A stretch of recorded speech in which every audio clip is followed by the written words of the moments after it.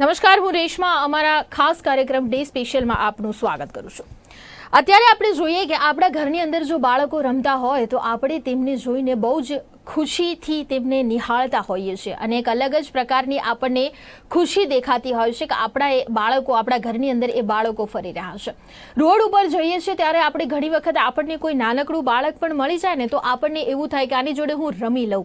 તેની સાથે સાથે જ કદાચ આપણને એવા જ લોકો જ્યારે આપણે સિગ્નલ ઉપર ઊભા રહીએ છીએ તે સિગ્નલ ઉપર જ્યારે કોઈ બાળક આપણી પાસે ભીખ માંગવા માટે આવે છે કે પૈસા માંગવા માટે આવે છે ત્યારે પણ આપણી બે પર્સનાલિટી ત્યાં જોવાતી હોય છે। એક તો તેના ઉપર દયા ખાઈએ છે અને બીજી વખતમાં આપણે એવો સવાલ થાય છે કે આ બાળક કેમ ભીખ માંગે છે, પણ ત્યાં સુધી જ કદાચ મારો કે તમારો જે વિચાર છે ત્યાં સુધી જ સીમિત હોય છે। જેવી પણ ગ્રીન સિગ્નલ થઈ જાય તરત જ આપણા વિચારની સાથે આપણે પણ ત્યાંથી નીકળી જતા હોઈએ છીએ। આવા કેટલાય હજારો લાખો બાળકો જે છે એ ટ્રાફિક સિગ્નલ ઉપર આપણને જોવા મળે છે અને કોઈ પણ ટ્રાફિક સિગ્નલ ઉપર આપણે 1 મિનિટ કે 1.5 મિનિટ જ્યારે ઊભા રહીએ છીએ, 2 મિનિટ ઊભા રહીએ છીએ ત્યારે આપણી આજુબાજુ એવા કેટલાય બાળકો, એવા કેટલાય લોકો, કેટલી મહિલાઓ, કેટલા પુરુષો આપણને ભીખ માંગતા નજરે પડતા હોય છે। પણ કહેવાય ને કે માનવ સ્વભાવની રીતે કદાચ એટ અ ટાઈમ આપણે એક દયાભાવ એમના માટે બતાવીએ છીએ, તરત જ આપણે કદાચ 5 રૂપિયા 10 રૂપિયા જે પણ ખિસ્સામાં હશે કે જે ગાડીમાં છૂટા રૂપિયા મૂક્યા હશે તે એના હાથમાં પણ આપી દઈએ છીએ। પણ ત્યાર પછી જેવી ગ્રીન સિગ્નલ થાય છે તેવી રીતે આપણી ગાડીને આપણા વિચારો તરત ફૂલ સ્ટોપમાં હોય છે। આપણને કોઈ જેવો વિચાર નથી આવતો કે આ ક્યાંથી આવતા હશે, કેમ આવતા હશે, શું કરવા આવતા હશે, કોણ લાવતું હશે, આવી પરિસ્થિતિમાં તેમને કોણે મૂક્યા છે। અનેકો આવા સવાલ છે દરેક વ્યક્તિને જ્યારે થાય ત્યારે કદાચ એવું કહી શકીએ આપણે કે ઘણા બધા બદલાવ આવી શકે છે। કહેવાય ને કે એક વિચાર જ આપણો ઘણો બદલાવ લાવી શકે છે।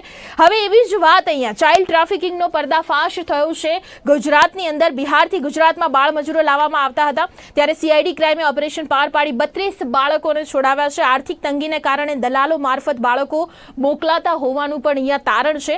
2019માં 29 ડિસેમ્બરે ગુજરાતમાં સૌથી મોટા દરોડા પણ પાડવામાં આવ્યા હતા। તે સાથે સાથે ફક્ત ગુજરાતમાં નહીં પૂરા દેશ અને દુનિયામાં આ ચાઇલ્ડ ટ્રાફિકિંગનો જે આખો બહુ જ મોટી સંડોવણી ભરેલા જે ગુનાઓ જે છે એ થતા હોય છે તેના આંકડાઓ પણ આપણી સામે આવતા હોય છે। તે આંકડાઓને અટકાવવા માટેના કેટલા પ્રયાસો કોણે કર્યા છે, ઘણા બધા અહીંયા સવાલો થાય છે। પણ હવે આ બાળકો જે છે તે બાળકોને જ્યારે લઈ જવામાં આવે છે, તેમને વેચવામાં આવે છે, તે મરજીથી તે આવે છે, કેટલાય આની પાછળના કારણો છે એ વિષય ઉપર આજે આપણે ચર્ચા કરીશું। અને આ ચર્ચા કરવા માટે મારી સાથે સ્ટુડિયોમાં અનિલ પ્રથમ, additional director general of police woman and child, અને મનીષ શર્મા, સ્પોક પર્સન બચપન આંદોલન, એ બંને અમારી સાથે જોડાયેલા છે। આપનું સ્વાગત છે ગુજરાત ન્યૂઝમાં। નમસ્કાર। જી, સૌથી પહેલા હું અનિલજી આપની પાસે આવીશ કે જે પ્રકારે આ ચાઇલ્ડ ટ્રાફિકિંગનો જે પર્દાફાશ ગુજરાતમાં થયો છે, કેવા પ્રકારની આ મોડસ ઓપરેન્ડી રહી હતી અને કેવા પ્રકારની આ ઘટના હતી, ટૂંકમાં અમે આપની પાસેથી જાણવા માંગીશું શરૂઆતમાં। આ બાબતમાં અમે સીઆઈડી ક્રાઇમમાં અમારા એન્ટી હ્યુમન ટ્રાફિક યુનિટ છે સ્ટેટ લેવલ ઉપર, અને અમે અમારી જે એનજીઓ છે અને friends four woman and child છે એનાથી અમે સતત સંપર્કમાં રહીએ છીએ। અમારે ગઈકાલે સવારે બચપન બચાવ આંદોલનના ગુજરાતના પ્રતિનિધિ તરફથી માહિતી મળી હતી કે બિહારથી પટનાથી ટ્રેનમાં બાળકો ગુજરાતમાં ચાઇલ્ડ લેબર માટે આવી રહ્યા છે। આ ટ્રેન વહેલી સવારે અમદાવાદ કાલુપુર રેલવે સ્ટેશન આવવાની છે। તો આ રીતે અમે આખું ઓર્ગેનાઇઝ કર્યું, જેમાં friends four woman and child, અમારા હ્યુમન ટ્રાફિકિંગના અધિકારીઓ, ચાઇલ્ડ લાઇનના સ્ટાફ અને બચપન બચાવોના આંદોલન આ બધા સાથે હતા। અને અમારા જે રેલવે પોલીસ છે એની મદદ લઈને વહેલી સવારે 4 વાગે જે ટ્રેન આવતી હતી એમાં અમે બાળકોને ચેક કરવાયા, કેમ કે એમાં એવી માહિતી હતી કે કદાચ આ લોકોના આધાર કાર્ડ પણ ખોટા બનાવેલા છે જેનાથી એની એજ વધારી શકાય। તો આ શકના લીધે વહેલી સવારે રેડ કરવામાં આવેલી અને બાળકોને ચેક કરવામાં આવેલા, અને એમાંથી 32 બાળકો રેલવે સ્ટેશન મળી આવેલ છે અને આ લોકોને ત્યાંથી રેસ્ક્યુ કરવામાં આવેલા છે। આ બાળકો, અમુક બાળકો કોઈ રિલેટિવ સાથે હતા, કોઈ પોતે આવ્યા હતા, એવું આ લોકોના પ્રાથમિક દ્રષ્ટિએ કીધું હતું। અત્યારે આ લોકોની પ્રક્રિયા ચાલુ છે। કેમ કે આ બાળકોના કેસમાં ચાઇલ્ડ વેલફેર કમિટી સામે રજૂ કરવાનું થતું હોય તો એને ત્યાં રજૂ કરીને આગળની કાર્યવાહી કરવામાં આવશે। जी मनीष जी, जिस तरह से यहाँ पे एनजीओ की जो कामगिरी है वो हम काबिल-ए-दाद मानते हैं, और जिस तरह से यहाँ पे चाइल्ड ट्रैफिकिंग की जो बात हम करें, मैंने शुरुआती दौर में ही बोला कि नहीं इवन गुजरात में, लेकिन पूरे देश और दुनिया में ये पूरा फंडा चल रहा है, ये पूरा एक बिजनेस बनाया हुआ है इन लोगों ने।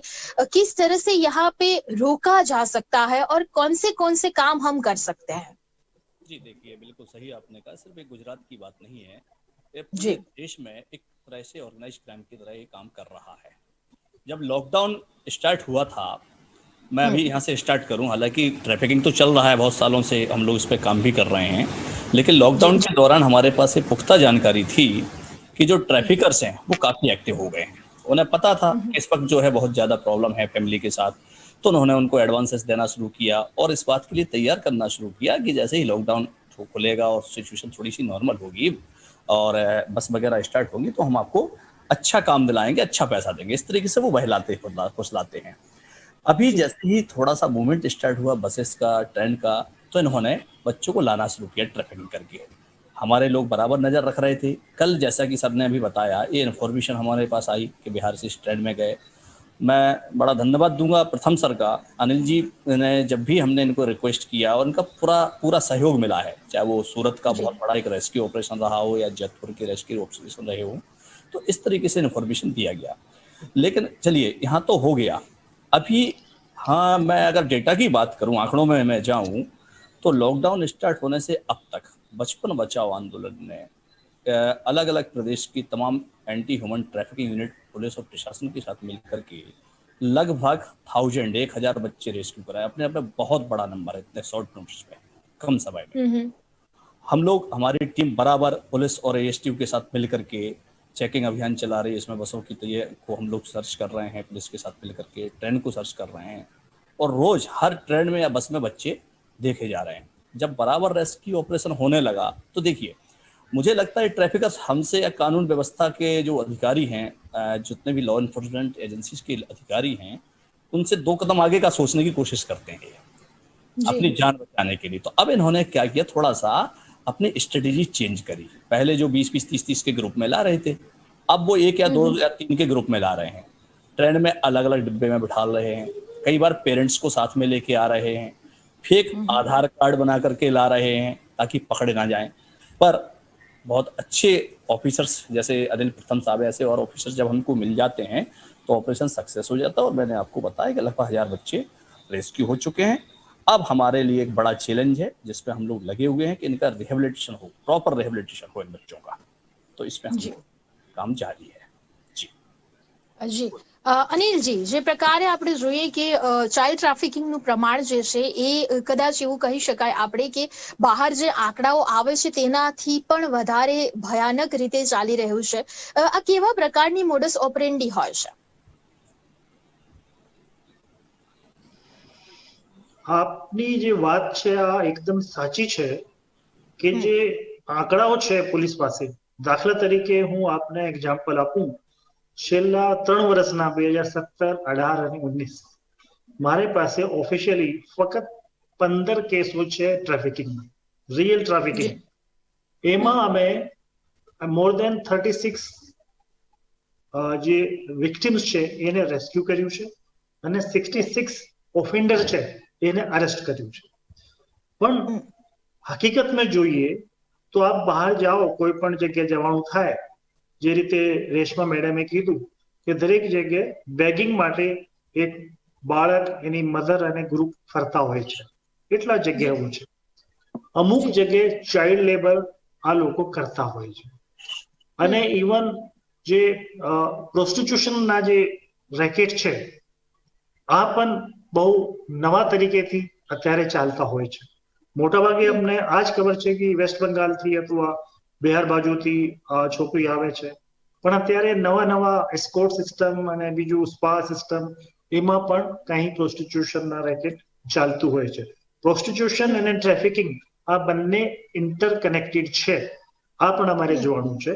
તો મારા કહેવાનું આ છે કે એક તો આ જે બાળકોને લાવવાનું ચાઇલ્ડ ટ્રાફિકિંગ એટલે ચાઇલ્ડ લેબર, પછી ડોમેસ્ટિક સર્વેન્ટ માટે અને સેક્સ્યુઅલ સેટિસ્ફેક્શન માટે, અને સાથે સાથે અમુક ટાઈમે એવું જગ્યાઓ છે કે જ્યાં જે સેક્સ રેશિયો છે એમાં ફરક છે, તો છોકરીઓ જ્યાં ઓછી હોય ત્યાં બહારથી છોકરી લાવીને જબરદસ્તી એનાથી પૈસા લઈને મેરેજ કરવાની થતી હોય છે. તો આ પ્રકારના મોડસ ઓપરેન્ડી અત્યારે ગુજરાતમાં ચાલુ છે.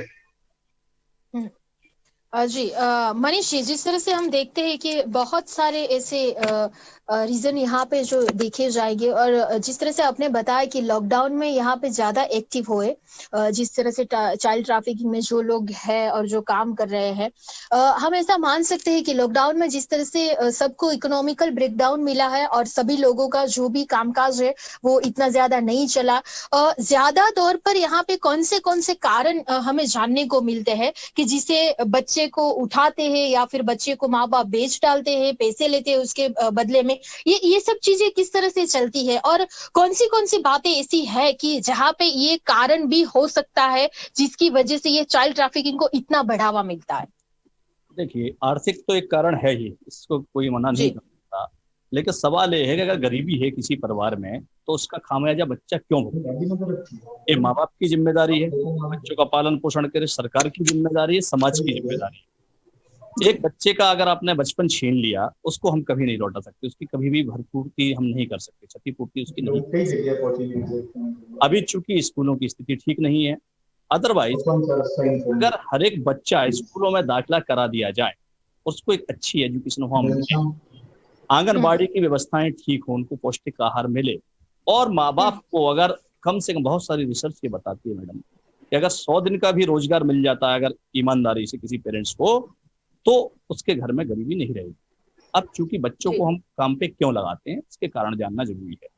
बच्चा एक चीप लेबर होता है, 12 से 15 घंटे आप उससे काम करा सकते हो, महीने में आपने 100-200 रुपए दे दिए तो बहुत बड़ी बात है।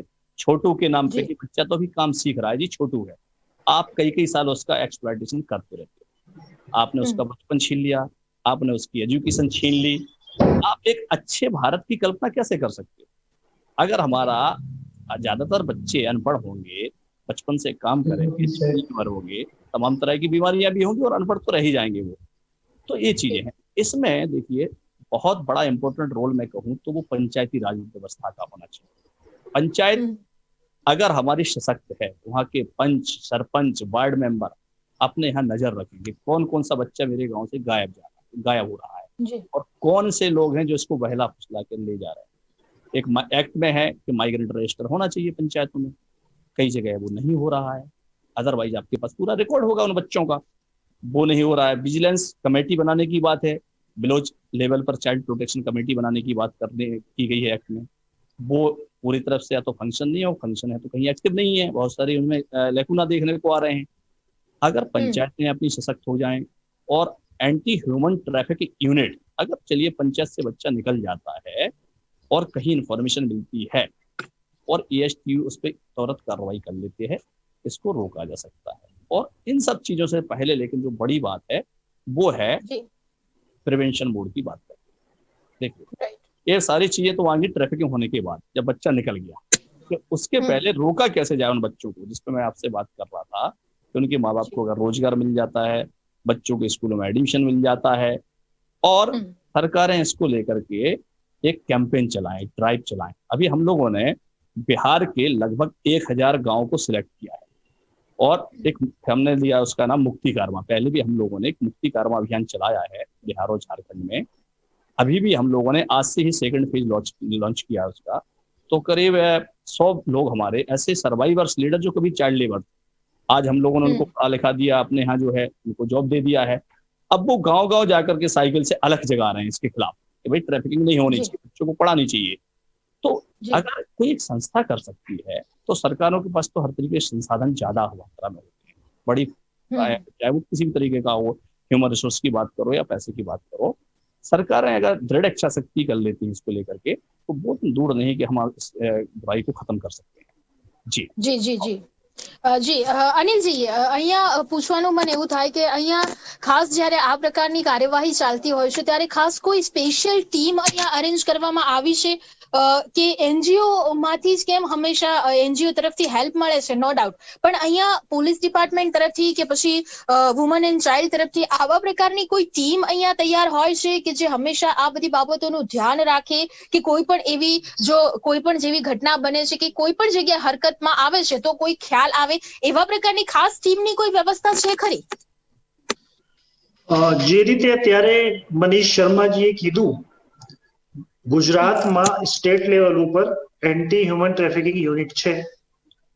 એના સિવાય દરેક જિલ્લામાં પણ અમારી એન્ટી હ્યુમન ટ્રાફિકિંગ યુનિટ છે.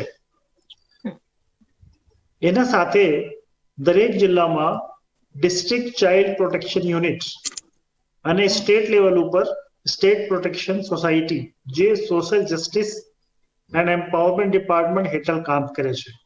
આ લોકોના પણ કામ છે કે બાળકોની પ્રોટેક્શન માટે કામ કરીએ છીએ. અને બીજું જે આપે વાત કરી કે અમે એનજીઓ ને શા માટે લઈએ છીએ, સિટીઝન ને શા માટે લઈએ છીએ, આ જે સિટીઝન છે આ અમારે કોન્ફિડન્સ માટે અમે લઈએ છીએ. આ એક જે ઇન્ફોર્મેશન છે એના માટે લઈએ છીએ. આ એક લિંક છે કે જ્યારે એલિગેશન થાય છે પબ્લિક તરફથી અથવા બીજા જે વેસ્ટેડ ઇન્ટરેસ્ટ છે કે પોલીસે ખોટું કર્યું છે, તો અમે એના માટે સાથે રાખીએ છીએ કે બધા એજન્સી સાથે છે.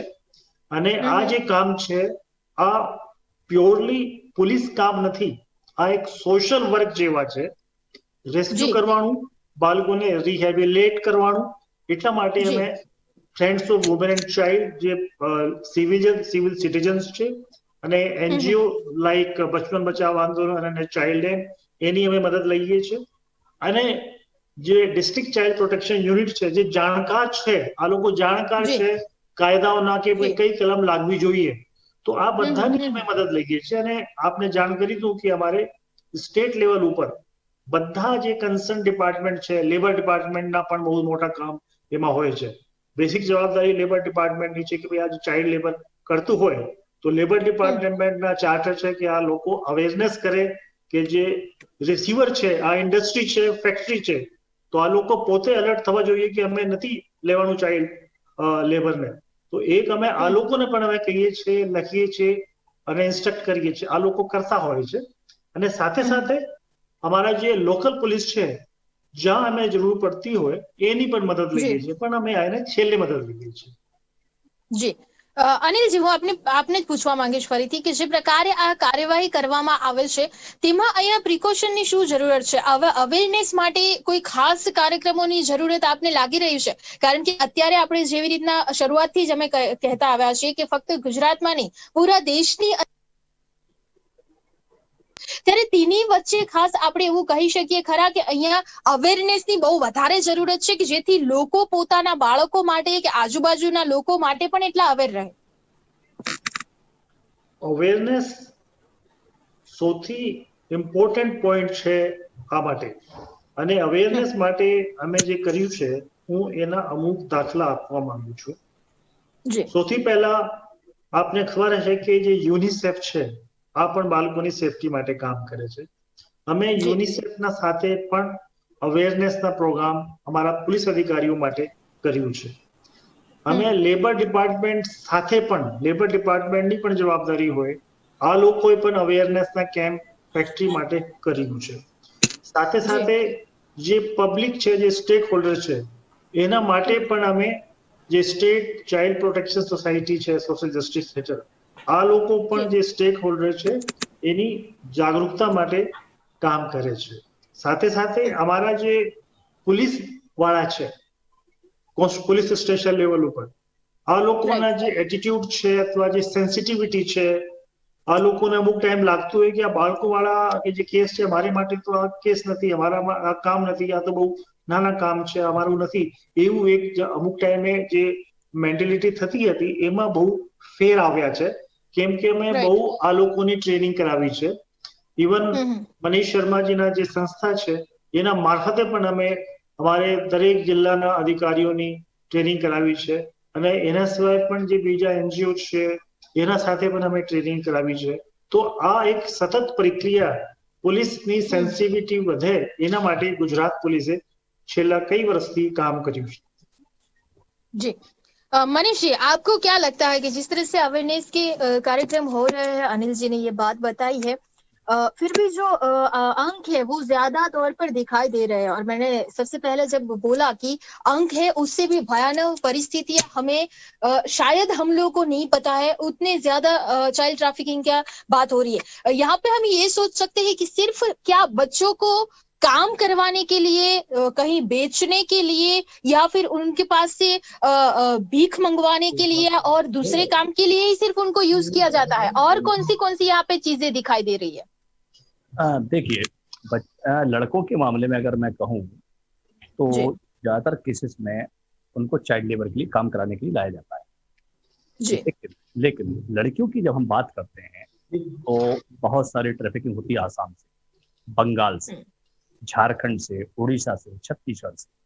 वो ज्यादातर लड़कियों को डोमेस्टिक सर्वेंट के तौर पे लगाया जाता है, लेकिन वो देखने में कुछ और होता है कि एक घरेलू बाल मजदूर है जो काम कर रही घर में आपके, पर सच्चाई उसके पीछे ये होती है कि हमने बहुत सारे रेस्क्यू, मैंने खुद भी रेस्क्यू ऑपरेशन किए हैं डोमेस्टिक वर्कर्स को, दिल्ली में भी, खास करके दिल्ली के बाहर भी, कि उसका हर तरीके का एक्सप्लॉयटेशन उस मालिक के द्वारा किया जाता है।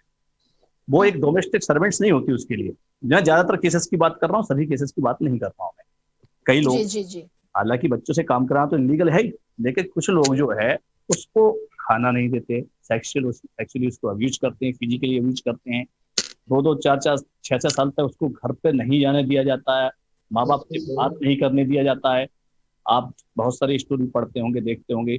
एक मतलब एक तरह से हम किस समाज में रह रहे हैं, वो एक गुलाम की तरह उसको रखा जाता है जो आपके घर को पूरा तरह से संभालती है। तो मैं कह सकता हूँ कि उसका सेक्सुअली अब्यूज भी उसका किया जाता है, और एक पर्पज होता है। जैसे मुझे जो समझ में आया, सबने भी यही कहा है, हम सबने, कि वो कई बार जो है इंटेंशन ये भी होता है कि उसको सेक्सुअली अब्यूज किया जाए। तो ये भी लड़कियों के मामले में कह सकता हूँ अपने अनुभव के आधार पर, जो मैंने खुद कई बार रेस्क्यू किया और देखा है जी। और बच्चों को तो देखिए, मैं एक चीज और इसमें क्लियर करना चाहूंगा, खास करके बचपन बचाओ आंदोलन की अगर मैं बात करूं, या कोई भी लॉ इन्फोर्समेंट एजेंसी है, जो हम लोग कभी ये नहीं चाहेंगे कि भाई हम किसी की फैक्ट्री बंद कराने के पीछे या किसी का काम धंधा चौपट कराने के लिए, बिल्कुल नहीं।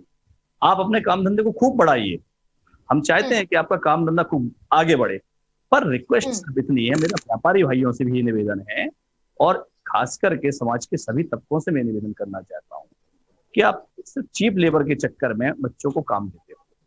बेहतर होगा आप अगर उनकी मदद करना चाहे तो उनको स्कूलों में दाखिला करा दीजिए, और उनके पेरेंट्स को अपने यहाँ रोजगार दे दीजिए। आपने उस फैमिली की मदद भी कर देनी है, बच्चे को आपने जो है लाइफ भी बना देनी है। पर सस्ते चक्कर में, सस्ते श्रमिक के चक्कर में हम बच्चे को मारपीट कर देंगे, वो कुछ कहेगा नहीं, बर्दाश्त कर लेगा, ओवर टाइम नहीं मांगेगा, उसे अपने राइट्स का पता नहीं है, वो यूनियन नहीं बना सकता, बहुत सारे कारण हैं। तो इसलिए उनको काम पे लगाया जाता है और कहा यह जाता है कि हम तो सब उसकी हेल्प कर रहे हैं। सच्चाई ऐसा नहीं। जी जी जी અનિલજી, આપણી પાસે આવી છેલ્લે કે જે પ્રકારે આપણે જોઈ રહ્યા છીએ કે ઘણી બધી જગ્યાએ રોડ રસ્તા ઉપર પણ બાળકો ભીખ માંગતા નજરે પડે છે, જે મેં શરૂઆતમાં કહ્યું તેવી રીતે। ત્યારબાદ આપણે કોઈ ચાની કિટલી ઉપર પણ બાળકો કામ કરતા નજરે પડે છે। જે નાના બાળકો જે છે, કુમળી વયના, એ બાળકો માટે અલગથી નિયમો પણ અહીંયા બનાવવામાં આવ્યા છે। તેમ છતાં પણ આવા પ્રકારની ટ્રાફિકિંગના કેસો સામે આવતા હોય છે, આ આંકડાઓ પણ સામે આવતા હોય છે। શું કરવાની જરૂર છે અને કઈ જગ્યાએ અહીંયા ઓછું પડી રહ્યું છે? કેવા પ્રકારની અહીંયા કાર્યવાહી કરવામાં આવી રહી છે? જો કરવામાં આવી રહી છે તો કેમ સફળતા ઓછી મળે છે? આ જે ચાઇલ્ડ બેગિંગ છે, મારા એટલા વર્ષોના એક્સપિરિયન્સના મુજબ એને બધા લાઇટલી લે છે, ઇવન આવા પોલીસ અધિકારી પણ લાઇટલી લે છે, અને બીજું લાઇટલી લે છે ગાડીવાળાઓ। કેમ કે આ લોકોને જે ગાડીવાળા છે, ગાડીથી 5 રૂપિયા, 2 રૂપિયા, 10 રૂપિયા મળતા હોય છે, એના એવરેજ જોઈએ તો મને લાગે છે કે આ લોકોને કોઈ રોજગાર કરવાની જરૂર નથી। મેં પોતે પ્રાઇવેટ ગાડીમાં ફરું છું, મોટા ભાગે વાઇફ સાથે ફરું છું, અને એવા કિસ્સા આવતા હોય છે કે આ શીશ ગ્લાસ ઉપર આવીને 5 રૂપિયા આપો અને ટક ટક ટક કરીને કરતા હોય છે. અને હું કેટલા વખત મેં કીધું છે ભાઈ પૈસા તો નહીં આપું, તમે કામ કરવા માટે તૈયાર હોય તો તમારા મધર ક્યાં છે, ફાધર ક્યાં છે, ચલો ઘરે કામ આપું, નોકરી આપું. તો એમાં કોઈને ઇન્ટરેસ્ટ નથી. આ લોકોના એવું છે કે અત્યારે મને ફટાફટ જમવા માટેના પૈસા આપી દો, મીઠાઈ માટેના પૈસા આપી દો, ખાવા માટેના પૈસા આપી દો, ફલાણા માટે આપી દો. તો સૌથી પહેલા આ છે કે આ ચાઇલ્ડ બેગરની જે ડિમાન્ડ છે આ સોસાયટીએ પૂરી કરી રહી છે. જ્યારે એની ડિમાન્ડ પૂરી થઈ રહી છે આ લોકો વારંવાર આવતી હોય છે અને પોલીસ પણ સમહાઉ એના માટે સોફ્ટ છે. અમારે સ્ટેટ લેવલથી સૂચનાઓ હોવા છતાં, કેમ કે પોલીસ પાસે બહુ બીજા પણ કામ હોય તો એમાં એટલી પ્રાથમિકતા આપવામાં આવતી નથી. કેમ કે આ તો બહુ નાના મેટર છે. આ છે તો મને લાગે છે કે સૌથી વધારે જવાબદારી છે પબ્લિકની. પબ્લિક જે આપે સ્ટાર્ટિંગમાં કીધું, જ્યારે આ વિચારશે કે હું એના 10 રૂપિયા નથી આપતા, હું એક ઓર્ગેનાઇઝડ ક્રાઇમમાં કન્ટ્રીબ્યુટ કરું છું, એવી જ્યારે એની મેન્ટાલિટી થશે ત્યારે જ એમાં ફેરફાર થઈ શકે છે. જી જી જી અનિલજી, ટાઈમ આપણી પાસે પૂરો થઈ રહ્યો છે. દર્શક મિત્રો, મહત્વની વાત કે જે પ્રકારે આ છે જે ચાઇલ્ડ ટ્રાફિકિંગના જે ગુનાઓ થઈ રહ્યા છે તેની અંદર તમે એ સમયે કેટલું નજરઅંદાજ કરો છો, શું કરી રહ્યા છો, તે બાળકને તમે ભીખ આપી રહ્યા છો તેની સાથે કોઈ જાણકારી મેળવવાની ક્યારે કોશિશ કરી છે? પણ કદાચ સમાજની સાથે આવી અનેક NGO અને સાથે પોલીસ ડિપાર્ટમેન્ટ બધાય ભેગા થઈને જો અહીંયા મહેનત કરવામાં આવશે કે કોશિશ કરવામાં આવશે તો જરૂરથી આ બધા બાળકોને જે છીનવાઈ ગયેલું તેમનું પોતાનું બચપન છે તેનું પાછું અપાવવામાં કદાચ આપણે સફળતા મેળવી શકીએ. પણ શરૂઆત ક્યાંકથી કરવી બહુ જરૂરી છે. આ તમામ પ્રકારની ચર્ચામાં મારી સાથે અનિલ પ્રથમ અને મનીષ શર્મા જોડાયા હતા. Thank you very much. તો દર્શક મિત્રો, ફરીથી મળી એક નવા વિષય પર ચર્ચા કરવા. ત્યાં સુધી રજા આપશો. નમસ્કાર.